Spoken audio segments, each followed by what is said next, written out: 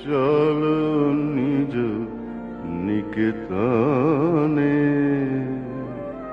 সংসার বিদেশে বিদেশির বেশে ভ্রম কেন অকারণে, মন চলো নিজ নিকেতনে।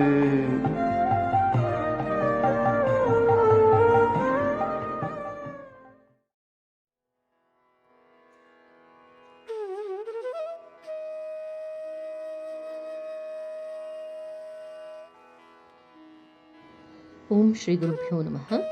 ವಿವೇಕ ವಿಸ್ಮಯ 11. ಹಿಂದಿನ ಧ್ವನಿಯ ತುಣುಕಿನಲ್ಲಿ ಗಮನಿಸ್ತಾ ಇದ್ದ ಹಾಗೆ ಸ್ವಾಮೀಜಿ ರಾಜಸ್ಥಾನದಲ್ಲಿ ಅಲ್ಲಿನ ಮಹಾರಾಜನಾದಂತಹ ಮಹಾರಾಜ ಮಂಗಲ್ ಸಿಂಗನೊಂದಿಗೆ ಸಂಭಾಷಣೆಯಲ್ಲಿ ನಿರತರಾಗಿದ್ದರು. ಈಗ ಆ ಮಹಾರಾಜ ಮಂಗಲ್ ಸಿಂಗನಿಗೆ ಮೂರ್ತಿ ಪೂಜೆಯ ವಿಶೇಷತೆಯನ್ನು, ಅದನ್ನು ಸರಿಯಾದ ರೀತಿಯಲ್ಲಿ ಮನಗಾಣಿಸಿದ್ದನ್ನು ಗಮನಿಸಿದ್ವಿ. ಅಪರಿಚಿತ ದೇಶದಲ್ಲಿ ಮಹಾರಾಜನ ಮುಂದೆ ನಿಂತು ಈ ರೀತಿ ನಡೆದುಕೊಳ್ಬೇಕಾದ್ರೆ ಸ್ವಾಮಿ ವಿವೇಕಾನಂದರು ಮತ್ತೆಂತಹ ವೀರ ಸನ್ಯಾಸಿ ಅನ್ನೋದನ್ನು ನಾವು ಗಮನಿಸಿದ್ವಿ. ಈಗ ಅದರ ಮುಂದುವರೆದ ಭಾಗ. ಸ್ವಾಮೀಜಿಯ ಮಾತುಗಳೆಲ್ಲದನ್ನ ಕಿವಿಗೊಟ್ಟು ಕೇಳ್ತಿದ್ದಂತಹ ಮಹಾರಾಜ ಮಂಗಲ್ ಸಿಂಗ್ ಈಗ ಕೈ ಜೋಡಿಸ್ಕೊಂಡು ಹೇಳ್ತಾನೆ, ಸ್ವಾಮೀಜಿ, ಮೂರ್ತಿ ಪೂಜೆಯ ತತ್ವವನ್ನು ನೀವು ವಿವರಿಸಿದ ಪ್ರಕಾರ ನೋಡಿದಾಗ ಕಲ್ಲು, ಮರ, ಲೋಹಗಳೆಲ್ಲದನ್ನ ಪೂಜೆ ಮಾಡೋರು ಯಾರೂ ಇಲ್ಲ ಅಂತ ಒಪ್ಕೊಳ್ಬೇಕು. ಈಗ ಮೊದಲು ನನಗೆ ಮೂರ್ತಿ ಪೂಜೆ ಅಂತರಾರ್ಥ ತಿಳಿದಿರಲಿಲ್ಲ. ನೀವು ನಿಜಕ್ಕೂ ಕೂಡ ನನ್ನ ಕಣ್ಣನ್ನು ತೆರೆಸಿದ್ರಿ. ಆದರೆ ಮುಂದೆ ನನ್ನ ಗತಿ ಏನು ಸ್ವಾಮೀಜಿ? ದಯವಿಟ್ಟು ನನ್ನ ಮೇಲೆ ಕೃಪೆ ಮಾಡಬೇಕು ಅಂತ ವಿನಂತಿಸ್ಕೊಂಡ. ಆಗ ಸ್ವಾಮೀಜಿ ಹೇಳ್ತಾರೆ, ಮಹಾರಾಜ, ಭಗವಂತನೊಬ್ಬನೇ ಕೃಪೆಯನ್ನು ತೋರಿಸಬಲ್ಲವನು. ಅವನ ಕೃಪಾ ಸಾಗರನಪ್ಪ. ಅವನನ್ನು ಸರಿಯಾದ ರೀತಿಯಲ್ಲಿ ಪ್ರಾರ್ಥನೆ ಮಾಡ್ಕೊ, ಅವನು ನಿಜವಾಗಿಯೂ ಕೃಪೆ ಮಾಡ್ತಾನೆ ಅಂತ ಉತ್ತರ ಕೊಟ್ಟರು. ಅಂತೂ ಈಗ ಮಹಾರಾಜ ಮಂಗಲ್ ಸಿಂಗ್ ದಾರಿಗೆ ಬಂದಿದ್ದಾನೆ. ಇಲ್ಲಿ ಸ್ವಾಮೀಜಿ ಕೃಪೆ ದೋರುವವನು ನಾನಲ್ಲ, ಭಗವಂತ ಅಂತ ಹೇಳೋದ್ರ ಮೂಲಕ ತಮ್ಮ ವಿನಯವನ್ನು ವ್ಯಕ್ತಪಡಿಸಿದ್ದು ಒಂದು ವಿಚಾರ ಆದರೆ, ಮಹಾರಾಜನ ಮನಸ್ಸನ್ನು ಭಗವಂತನ ಕಡೆಗೆ ಹರಿಯಿಸಿದ್ದು ಇನ್ನೊಂದು ವಿಚಾರ. ಹೀಗೆ ಅವತ್ತಿನ ಮಾತುಕತೆ ಅಲ್ಲಿಗೆ ಮುಗಿದು ಹೋಯಿತು. ಸ್ವಾಮೀಜಿ ರಾಜನಿಂದ ಬೀಳ್ಕೊಂಡು ತಮ್ಮ ಬಿಡಾರಕ್ಕೆ ಹೊರಟರು. ಆದರೆ ಈ ಕಡೆ ಮಹಾರಾಜ ಮಾತ್ರ ಆಲೋಚನಾಪರನಾಗಿ ಸ್ವಲ್ಪ ಹೊತ್ತು ಅಲ್ಲೇ ಕುಳಿತುಕೊಂಡಿದ್ದ. ಅವನ ಮನಸ್ಸಿನಲ್ಲಿ ತುಂಬಿದ್ದೆಲ್ಲ ಸ್ವಾಮೀಜಿಯೇ ತುಂಬಿಕೊಂಡ್ಬಿಟ್ಟಿದ್ದಾರೆ. ನಂತರ ದಿವಾನನನ್ನು ಕರೆದು ಹೇಳ್ತಾನೆ, ದಿವಾನ್ಜಿ, ಇಂತಹ ಮಹಾತ್ಮನನ್ನು ನಾನು ಯಾವತ್ತಿಗೂ ನೋಡಿರಲಿಲ್ಲ. ಅವರನ್ನು ಇನ್ನೂ ಕೆಲವು ಕಾಲ ನಿಮ್ಮ ಬಳಿ ಉಳಿಸ್ಕೊಳ್ಳೋ ಹಾಗೆ ಮಾಡೋದಕ್ಕಾಗತ್ತೇನೋ ಅಂತ. ಆಗ ಅವ್ರು ಹೇಳ್ತಾರೆ, ಮಹಾರಾಜ, ನನ್ನ ಕೈಯಲ್ಲಿ ಸಾಧ್ಯವಾದಷ್ಟು ಪ್ರಯತ್ನ ಮಾಡ್ತೇನೆ. ಆದರೆ ಇದರಲ್ಲಿ ನಾನು ಎಷ್ಟರ ಮಟ್ಟಿಗೆ ಯಶಸ್ವಿಯಾಗ್ತೀನಿ ಅನ್ನೋದನ್ನು ಹೇಳೋದಕ್ಕೆ ಸಾಧ್ಯ ಇಲ್ಲ.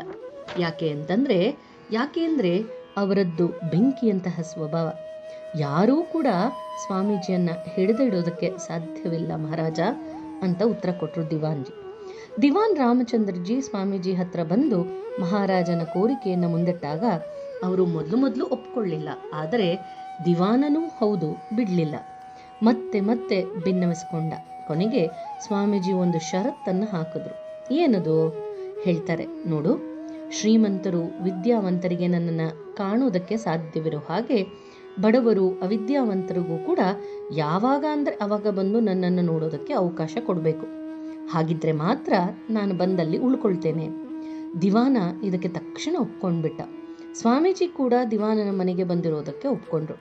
ಸ್ವಾಮೀಜಿ ಹಾಕಿದಂತಹ ಷರತ್ತು ನಿಜಕ್ಕೂ ಎಷ್ಟು ಸೂಕ್ತವಾಗಿದೆ ಗಮನಿಸಿ ನೋಡಬೇಕು. ಯಾಕೆಂದರೆ ಸ್ವಾಮೀಜಿ ವಾಸವಾಗಿರೋದು ದಿವಾನರ ಬಂಗಲೆಯಲ್ಲಿ. ಬಂಗಲೆ ಒಳಗಡೆ ಬಡವರಿಗೆಲ್ಲ ಪ್ರವೇಶ ಇರೋದಕ್ಕೆ ಸಾಧ್ಯವೇನೋ? ಬಡವರೆಲ್ಲ ಸಾಧಾರಣವಾಗಿ ಅವಿದ್ಯಾವಂತರಾಗಿರ್ತಿದ್ರು. ಸಹಜವಾಗಿಯೇ ದೊಡ್ಡವ್ರ ಹತ್ರ ಬರೋದಕ್ಕೆ, ದೊಡ್ಡ ಬಂಗಲೆಗಳಿಗೆ ಪ್ರವೇಶಿಸೋದಕ್ಕೆ ಅವ್ರಿಗೆ ಭಯ ಇರುತ್ತೆ. ಆದರೆ ಸ್ವಾಮೀಜಿ ಈ ಧರೆಗೆ ಅವತರಿಸಿರುವಂಥದ್ದೇ ಮುಖ್ಯವಾಗಿ ದೀನದಲಿತರಿಗೆ ಅಂತ. ಹಾಗಾಗಿ ಬಡವರು ಅವಿದ್ಯಾವಂತರಿಗೆ ತಮ್ಮನ್ನು ನೋಡೋದಕ್ಕೆ ಅವಕಾಶ ಕೊಡಬೇಕು ಅಂತ ಇಲ್ಲಿ ಸ್ವಾಮೀಜಿ ಕೇಳ್ಕೊಳ್ತಿದ್ದಾರೆ. ಅದೂ ಕೂಡ ಯಾವಾಗ ಅಂದರೆ ಅವಾಗ ನೋಡೋದಕ್ಕೆ ಅವಕಾಶ ಇರಬೇಕು ಅಂತ ತಿಳಿಸ್ತಿದ್ದಾರೆ. ಯಾಕೆ? ಅವಿದ್ಯಾವಂತರಿಗೆ ಹೊತ್ತು ಗೊತ್ತು ನೋಡ್ಕೊಂಡು ಬರುವಂಥ ಕ್ರಮ ಕೂಡ ಗೊತ್ತೂ ಇಲ್ಲ.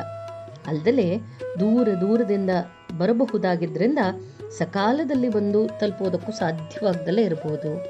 ಸ್ವಾಮೀಜಿ ಎಲ್ಲದನ್ನು ತಮ್ಮ ಮನಸ್ಸಲ್ಲಿಟ್ಕೊಂಡು ಹೇಳ್ತಾ ಇದ್ದಾರೆ, ಎಲ್ಲರಿಗೂ ಯಾವಾಗ ಅಂದರೆ ಅವಾಗ ಬರೋದಕ್ಕೆ ಅವಕಾಶ ಕೊಡೋದಾದರೆ ನಾನು ಇನ್ನೂ ಸ್ವಲ್ಪ ದಿನದ ಮಟ್ಟಿಗೆ ಇರ್ತೇನೆ ಅಂತ. ಸ್ವಾಮೀಜಿಯನ್ನು ನೋಡೋದಕ್ಕೆ ದಿವಾನನ ಮನೆಗೆ ಹಲವಾರು ಜನ ಬರ್ತಾ ಇದ್ರು.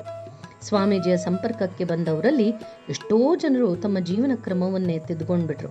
ಪ್ರತಿದಿನ ಬರ್ತಿದ್ರಲ್ಲಿ ಒಬ್ಬ ವೃದ್ಧ ಇದ್ದ. ಆ ದಿನವೂ ಕೂಡ ಅವತ್ತು ಬಂದ. ಹೇಳ್ತಾನೆ, ಸ್ವಾಮೀಜಿ ತಾವು ನನ್ನ ಮೇಲೆ ಕೃಪೆ ಮಾಡಬೇಕು, ನನ್ನ ಮೇಲೆ ಕರುಣೆಯನ್ನು ತೋರಿಸ್ಬೇಕು ಅಂತ ಕೇಳ್ಕೊಳ್ತಿದ್ದ. ಸ್ವಾಮೀಜಿ ಅವನಿಗೆ ಕೆಲವು ಸಾಧನಾ ವಿಧಾನಗಳನ್ನು ಅನುಸರಿಸೋದಕ್ಕೆ ಸಲಹೆ ಕೊಟ್ಟರು. ಆದರೆ ಆ ಸಲಹೆಗಳನ್ನು ಸುಮ್ಮನೆ ಕೇಳಿಸ್ಕೊಂಡು ಹೋಗೋದಷ್ಟೇ ಆ ಮುದುಕನ ಪರಿಪಾಠ ಆಗಿತ್ತು. ಇದೆಲ್ಲದನ್ನ ಅನುಷ್ಠಾನಕ್ಕೆ ತರುವಂತಹ ಗೊಡವಿಗೂ ಹೋಗಲಿಲ್ಲ ಅವನು. ಇದನ್ನು ಗಮನಿಸಿದಾಗ ಸ್ವಾಮೀಜಿ ಆ ಮುದುಕನ ವಿಷಯದಲ್ಲಿ ತುಂಬ ಅಸಮಾಧಾನ ಆಯಿತು. ಆದರೆ ಮುದುಕ ಮಾತ್ರ ಪ್ರತಿದಿನ ಬಂದು ಯಥಾ ಪ್ರಕಾರ ಕೃಪೆ ಯಾಚನೆಯನ್ನು ಮಾಡ್ತಾ ಇದ್ದನ್ನು ನಿಲ್ಲಿಸಲಿಲ್ಲ. ಕೊನೆಗೊಂದು ದಿನ ಅವರಿಗೆ ಇದ್ದಕ್ಕಿದ್ದ ಹಾಗೆ ಇವನಿಂದ ಹೇಗಾದರೂ ಮಾಡಿ ಬಿಡಿಸ್ಕೊಳ್ಬೇಕು ಅಂತ ಅನ್ನಿಸ್ತು. ಸರಿ, ಆ ದಿನ ಯಾವತ್ತಿನ ಹಾಗೆ ತಮ್ಮ ಬಳಿಗೆ ಬರ್ತಿದ್ದವ್ರನ್ನ ದೂರದಿಂದಲೇ ನೋಡಿದ್ರು. ಮುಖ ಗಂಟು ಹಾಕೊಂಡು ಕುಳಿತುಕೊಂಡ್ಬಿಟ್ರು. ವೃದ್ಧ ಮಹಾಶಯ ಬಂದು ಯಥಾ ಪ್ರಕಾರ ಘನ ಆಧ್ಯಾತ್ಮಿಕ ವಿಷಯಗಳನ್ನು ಕುರಿತು ಗಹನವಾದ ಪ್ರಶ್ನೆಗಳನ್ನು ಕೇಳ್ತಿದ್ದಾನೆ. ಓ ಮಹಾರಾಜ್, ಕೃಪೆ ಮಾಡಬೇಕು ಅಂತ ಕೇಳ್ಕೊಳ್ಳೋದನ್ನ ಮರೀಲಿಲ್ಲ. ಆದರೆ ಸ್ವಾಮೀಜಿ ಮಾತ್ರ ಅವನ ಯಾವ ಪ್ರಶ್ನೆಗೂ ಉತ್ತರ ಕೊಡದಲೇ ಗಂಭೀರವಾದ ಮುಖಮುದ್ರೆಯಲ್ಲಿ ಕುಳಿತುಬಿಟ್ಟಿದ್ದಾರೆ. ಇದೇ ವೇಳೆಗೆ ಅಲ್ಲಿ ಇನ್ನೂ ಹಲವಾರು ಭಕ್ತರೆಲ್ಲ ಸೇರ್ಕೊಂಡಿದ್ರು. ಯಾರ ಜೊತೆಗೂ ಕೂಡ ಸ್ವಾಮೀಜಿಯವ್ರದ್ದು ಮಾತಿಲ್ಲ, ಕತೆ ಇಲ್ಲ. ಎಲ್ಲರೂ ಸುಮ್ಮನೆ ಮುಖ ನೋಡ್ತಾ ಕುಳಿತುಕೊಳ್ಳೋ ಹಾಗಾಯಿತು. ವಿಷಯ ಏನು ಅಂತ ಯಾರಿಗೂ ಅರ್ಥ ಆಗಿಲ್ಲ. ಹೀಗೆ ಸುಮಾರು 1 ಗಂಟೆ ಕಾಲ ಕಳೀತು. 1.5 ಗಂಟೆ ಕಳೆದು ಹೋಯಿತು. ಸ್ವಾಮೀಜಿ ಮಾತ್ರ ವಿಗ್ರಹದ ಹಾಗೆ ಕುಳಿತುಕೊಂಡೇ ಇದ್ದಾರೆ. ಮುದುಕನಿಗೆ ಇನ್ನು ತಡೆಯೋದಕ್ಕೆ ಸಾಧ್ಯ ಆಗಲಿಲ್ಲ. ಈಗ ಸ್ವಾಮೀಜಿಯ ಮೇಲೆ ಕೋಪ ಉಕ್ಕೇರಿತು. ಗಟ್ಟಿಯಾಗಿ ಸ್ವಾಮೀಜಿಯನ್ನು ಶಪಿಸ್ತಾ ಅಲ್ಲಿಂದ ಎದ್ದು ಹೊರಟು ಹೋದ. ಅವನು ಹೋದ್ನೋ ಇಲ್ವೋ, ಸ್ವಾಮೀಜಿ ಗಟ್ಟಿಯಾಗಿ ನಗೋದಕ್ಕೆ ಪ್ರಾರಂಭ ಮಾಡಿದ್ರು. ಹಾಗೆ ಇತರರು ಕೂಡ ಅವರ ನಗುವಿನಲ್ಲಿ ಭಾಗಿಗಳಾದರು. ಆಗ ಯುವಕ ಒಬ್ಬ ಪ್ರಶ್ನೆ ಮಾಡ್ತಾನೆ. ಏನು ಪ್ರಶ್ನಿಸ್ದ? ಮುಂದಿನ ಧ್ವನಿ ತುಣುಕಿನಲ್ಲಿ ಗಮನಿಸೋಣ. ಜಯ ರಾಮಕೃಷ್ಣ.